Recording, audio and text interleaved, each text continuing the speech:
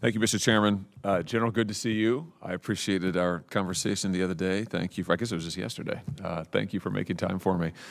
Let's follow up, if we could, on a couple of things we talked about. First of all, Admiral Richard, the current Stratcom commander, of course, has testified, and you and I talked about this some, that the U.S. needs to think very seriously about the requirements for deterring two major nuclear powers at the same time, China and Russia, of course.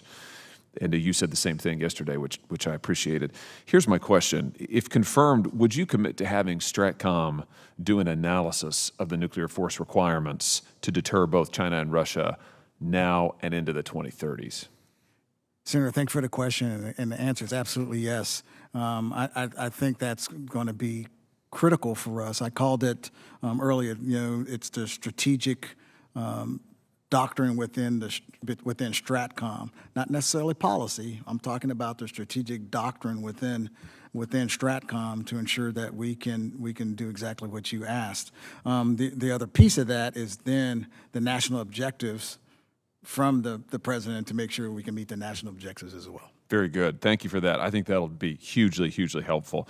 I asked Admiral Richard earlier this year about China's ability to engage in limited nuclear employment and whether or not that was growing. He said that it was, and he was very emphatic on this point.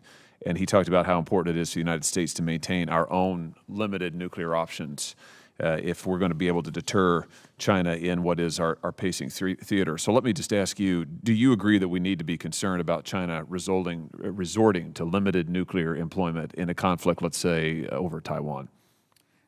Senator, I think any near-peer nuclear adversary, we have to be concerned about that. Would you agree that having our own limited nuclear options, whether that's low-yield SLBMs or nuclear-armed sea-launched cruise missiles, that having those, maintaining those, can help us deter China's limited nuclear use?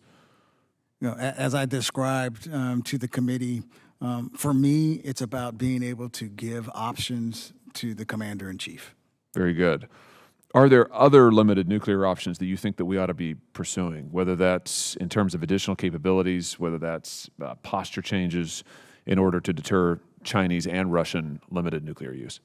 Senator, I think that goes along with that study that, if confirmed, taking that really deep study to understand what that outcome and because what I want is success at the end of that. So what that would look like. So if confirmed, that would be part of that study. Okay, very good. Fair enough. Fair enough.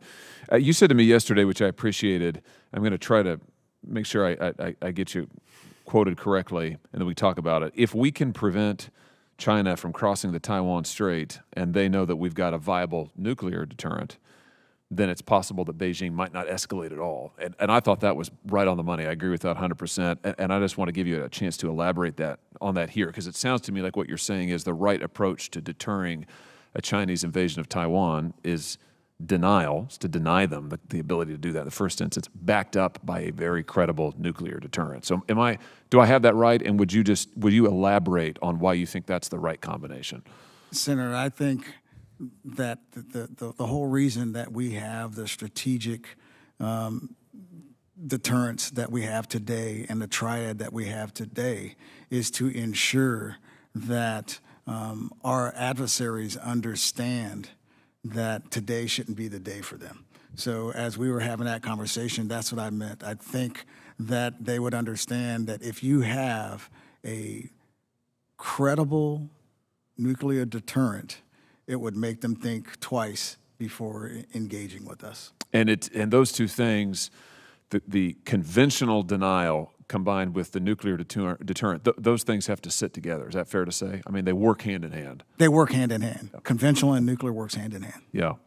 Let me ask you this, just on the question of our own nuclear modernization. Given the pace of China and Russia and their modernization, if confirmed, will you be looking for ways to accelerate our nuclear modernization and identify those options for Congress so that we can work together to make sure that we push the pace like we need to? If confirmed, I would do that, Senator. Very good. Let me just ask you one final thing here in my remaining seconds. The 2018 Nuclear Posture Review, it highlighted the importance of conventional nuclear integration, which we were just touching on, which of course is critical for strengthening conventional deterrence against adversaries who may use nuclear force for operational or coercive effects. Has the department, in your view, made sufficient progress on the conventional nuclear integration since the 2018 NPR? I think it has, because in the past we didn't talk about it the way we should have. And I think the integration on being able to talk about going from conventional to nuclear, as opposed to doing a pause X, if you will, and then having that conversation, we've made leaps and bounds in that regard. Very good. Thank you, General. Thanks again for the conversation yesterday. Thanks for your testimony. Thank you, Mr. Chairman.